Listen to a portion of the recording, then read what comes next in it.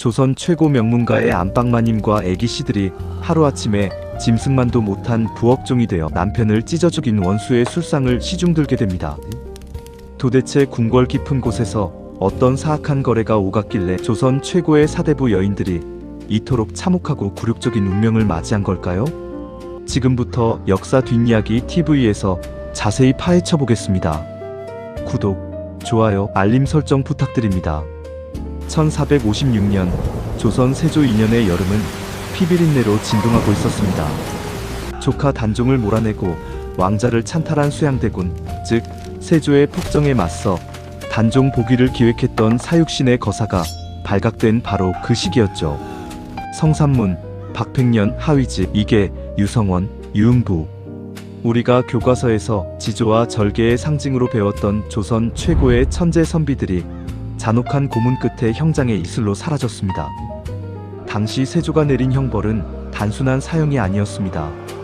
사지 육신을 속아 끄는 수레에 묶어 찢어 죽이는 거열형, 그리고 잘린 머리를 도성 성문에 내걸어 백성들에게 공포를 각인시키는 극형이었죠. 하지만 진짜 비극은 선비들의 목이 떨어지고 난 직후부터 시작됩니다. 조선시대의 반역죄는 가해자 혼자 목숨을 잃는 것으로 끝나지 않았거든요. 무시무시한 연좌제의 사슬이 작동한 겁니다. 반역자의 집안에 속한 16세 이상의 남자는 아버지든 형제든 아들이든 예외 없이 교수형이나 참수형에 처해졌습니다. 단종 복위 운동의 실패는 관련자 500여 명에서 800여 명에 이르는 수많은 이들이 처형되거나 학살되는 대규모 비극으로 이어졌습니다. 하지만 이들의 죽음으로 모든 것이 끝난 것이 아니었습니다. 더 잔혹한 운명이 살아남은 이들을 기다리고 있었죠. 사육신 본인들 외에도 그들의 가족들에게는 상상하기 힘든 가혹한 처벌이 내려졌습니다. 특히 사육신 가문의 남성들은 대부분 영모의 죄로 처형당하여 가문의 직계가 단절되는 경우가 많았습니다. 성산문의 경우 그의 아들들뿐만 아니라 조카들과 심지어 종손들까지 모두 처형당했습니다. 가문의 씨를 말려버리겠다는 듯이 철저하고 잔인하게 이루어진 처벌이었습니다. 하위지의 조카인 하분, 하포, 하원은 다행히 미성년자라는 이유로 목숨은 건질 수 있었지만 변방으로 유배되어 평생 고통 속에서 살아가야 했습니다. 이처럼 남성들의 처벌은 대부분 죽음이나 유배로 이어졌습니다. 그러나 사육신 가문의 여성들은 남성들보다 더 비참하고 치욕적인 운명을 맞이했습니다. 과연 그들에게는 어떤 처벌이 내려졌을까요? 그들의 삶은 어떻게 송두리째 파괴되었을까요? 조선왕조실록의 기록은 그들의 비극을 생생하게 증언하고 있습니다.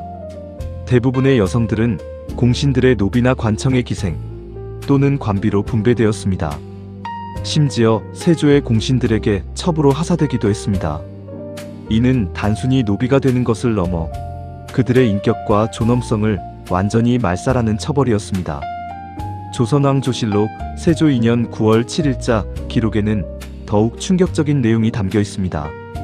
사육신 사건에 연루된 충신들의 아내와 딸 173명이 세조의 공신들에게 배분되었다고 합니다. 173명이라는 숫자는 당시로서는 엄청난 규모였습니다.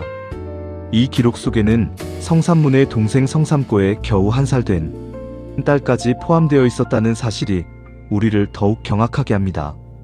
갓난아이까지도 예외 없이 노비로 배분되었다는 것은 당시의 처벌이 얼마나 무자비하고 비인간적이었는지를 여실히 보여줍니다. 구체적인 사례들을 살펴보면 그 참담함은 더욱 분명해집니다. 박팽년의 아내는 영의정 정인지에게, 성산문의 아내와 딸은 운성부원군 박종우에게 돌아갔습니다. 하위지의 아내와 딸은 지병조사 권원에게, 유성원의 아내와 딸은 좌승지, 한명회에게, 유흥부의 아내는 예빈시윤 권반에게, 그리고 이계의 아내는 우참찬 강맹경에게 각각 주어졌습니다. 이 기록은 당시 조정의 고위 관료들이 사육신 가문의 여성들을 노비로 분배받았음을 명확히 보여줍니다. 심지어 박팽년의 형수는 봉석주의 첩이 되기도 했습니다. 이처럼 높은 신분의 여성들이 하루아침에 노비나 첩으로 전락하는 비극이 역사 속에 고스란히 기록되어 있습니다. 일부 여성들의 경우 친족에게 정속된 사례도 있었습니다. 예를 들어 공신 권람은 자신의 오촌 조카 딸인 권영금을 분배받았습니다. 이는 가족 간의 비극이 얼마나 깊이 뿌리내렸는지를 보여주는 또 다른 증거입니다. 같은 가문의 일원이라 할지라도 영모에 연루되었다는 이유만으로 노비가 되어야 했던 현실은 당시 사회의 냉혹함을 드러냅니다. 조선왕조실록에는 절개를 지키지 않고 공신에 첩이된 여성들을 비판하는 기사가 수록되어 있습니다. 하지만 사육신 가문이 아내와 딸을 노비로 하사받은 공신들에 대한 비판 기록은 실리지 않았다는 사실은 무엇을 의미할까요? 이는 역사가 승자의 관점에서 기록될 수밖에 없었던 한계를 보여주는 동시에 당시 사회가 여성들에게 얼마나 이중적인 잣대를 들이댔는지를 알 수 있게 합니다. 절개를 강조하면서도 권력을 가진 자들은 여성들을 노비나 첩으로 마음대로 취할 수 있었던 모순적인 현실이 기록에 남아 있습니다. 단종의 부인 정순왕후 송씨의 운명 또한 비참했습니다. 단종이 영모죄를 쓰고 죽었기 때문에 그의 부인 정순왕후 송씨도 천민의 신분으로 떨어졌습니다. 심지어 신숙주가 세조에게 정순왕후를 자신에게 달라고 요구했다는 기록도 전해집니다. 물론 세조는 이를 허락하지 않았지만 이러한 요구 자체가 당시 권력자들의 윤리의식이 얼마나 타락했는지를 짐작하게 합니다. 왕비의 신분이었던 여인마저도 권력자들의 유린 대상이 될 뻔했다는 사실은 당시 여성들이 겪었던 고통의 깊이를 보여줍니다. 조선왕조실록의 사관은 사육신 가족의 비참한 상황을 기록하며 통탄할 노릇이라고 덧붙였습니다. 이는 당시 역사를 기록했던 이들마저도 그 비극에 대해 안타까움과 비참함을 느꼈음을 보여주는 대목입니다. 하지만 동시에 실록에서는 일부 사육신 가문의 여성들이 남편이 죽은 후 다른 남자와 정을 통하거나 재산을 팔아치운 행위에 대해 자신의 신분이 천하게 된 다음에야 본심이 드러난 것이니 불쌍하게 여길 필요가 없다며 비판적인 시각을 보이기도 했습니다. 이는 당시 사회가 여성들에게 요구했던 순결과 절개의 가치가 얼마나 엄격했는지를 보여주는 동시에 영모라는 거대한 비극 속에서도 개인의 도덕성을 평가하려 했던 당시의 사회상을 엿볼 수 있게 합니다.